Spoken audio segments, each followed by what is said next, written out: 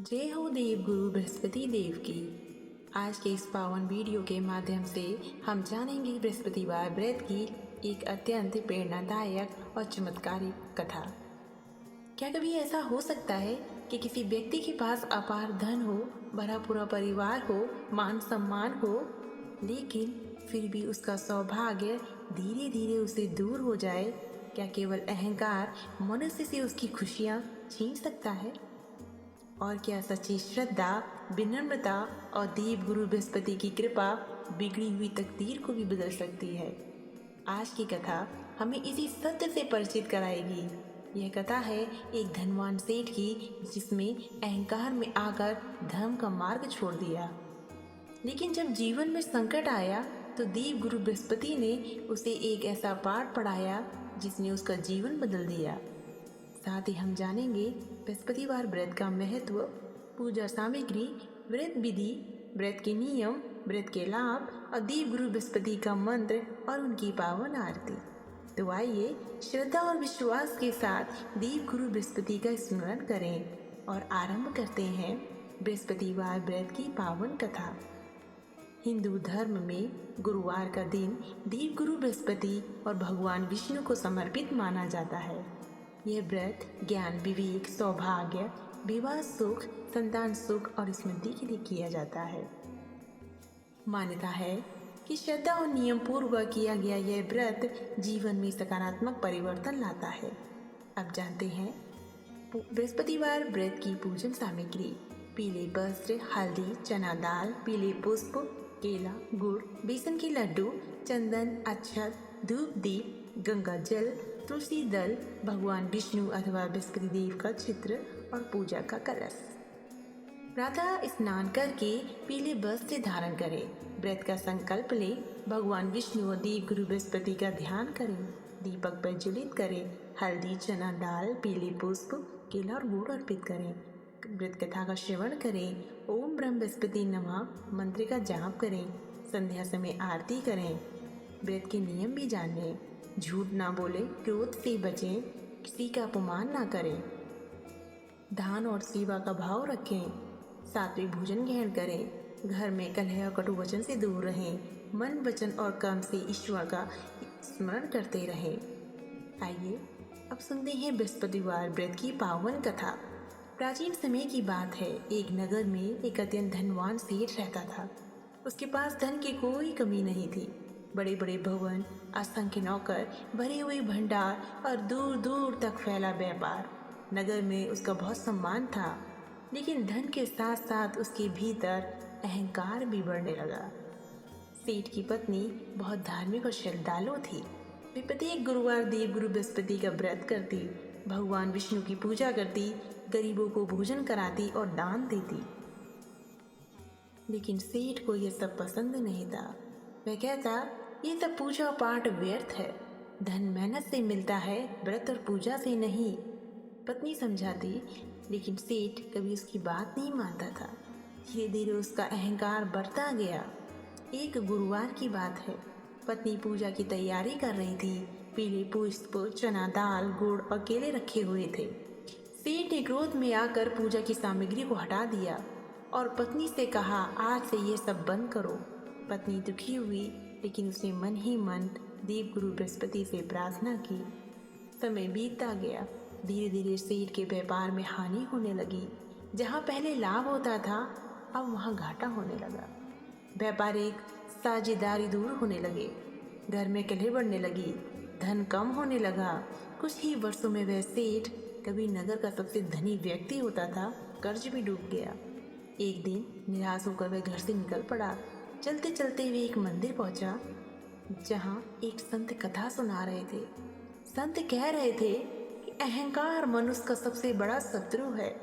जो व्यक्ति धर्म और ईश्वर को भूल जाता है, उसका सौभाग्य भी उससे दूर हो जाता है।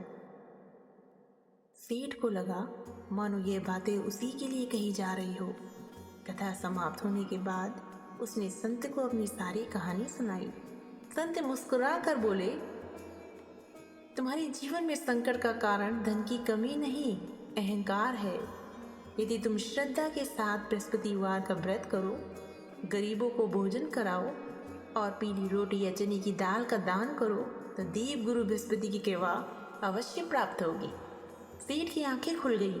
उसे अपनी भूल का एहसास हुआ। उसने घर लौटकर पत्नी से क्षमा मांगी और अगले गुरुवार से पूरी श्रद्धा भाव से व्रत प्रारंभ किया। वह नियमित पूजा करने लगा, गरीबों को भोजन कराने लगा, दान पुण्य करने लगा, साधु संतों का सम्मान करने लगा। धीरे धीरे उसके जीवन में परिवर्तन आने लगा। रुके हुए कार्य पूरे होने लगे, व्यापार सुधरने लगा, घर में शांति लौट आई। कुछ ही समय बाद उसका खोया हुआ धन भी वापस आने लगा। लेकिन इस बार उसके भीतर अहंकार नहीं था। वह समझ चुका था कि धन से बड़ा धर्म है और सफलता से बड़ी ईश्वर की कृपा है। ये कथा हमें सिखाती है कि अहंकार मनुष्य के पतन का कारण बन सकता है, लेकिन श्रद्धा, विनम्रता, दान, सेवा और ईश्वर में विश्वास जीवन को फिर से समृद्ध बना सकते हैं।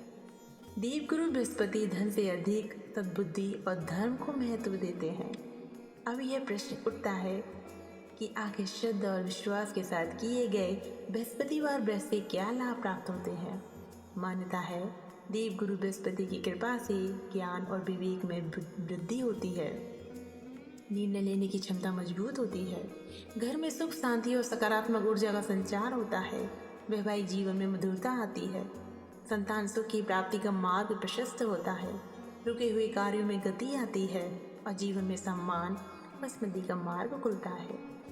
अब आइए देवगुरु बृहस्पति के पावन मंत्र का स्मरण करते हैं। ध्यान और एकाग्र मन से इस मंत्र का जाप करें। ओम ब्रह्म बृहस्पति नमः। आइए देवगुरु बृहस्पति की आरती की ओर चलते हैं। ओम जय बृहस्पति देवा, स्वामी जय बृहस्पति देवा, छीने छीने भोग लगाओ, कदली फल मेवा। ओम जय बृहस्पति देवा, तुम पूर्ण परमात्मा, तुम अंतर्यामी, स्वामी तुम अंतर्यामी, जगति पिता जगदीश्वर, तुम सबके स्वामी। ओम जय बृहस्पति देवा,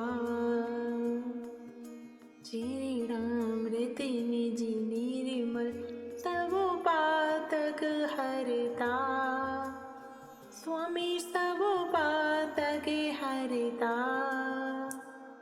सकल मनोरथ दायक, कृपा करो भरता। ओम जय बृहस्पति देवा,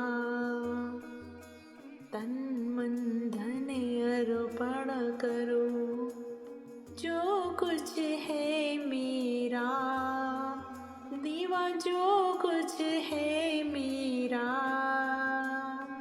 तुम्हारी कृपा बिना प्रभु नहीं सहारा मेरा। ओम जय बृहस्पति देवा, ओम जय बृहस्पति देवा, स्वामी जय बृहस्पति देवा, छीने छीने भोग लगाओ, कदली फल मेवा। ओम जय बृहस्पति देवा।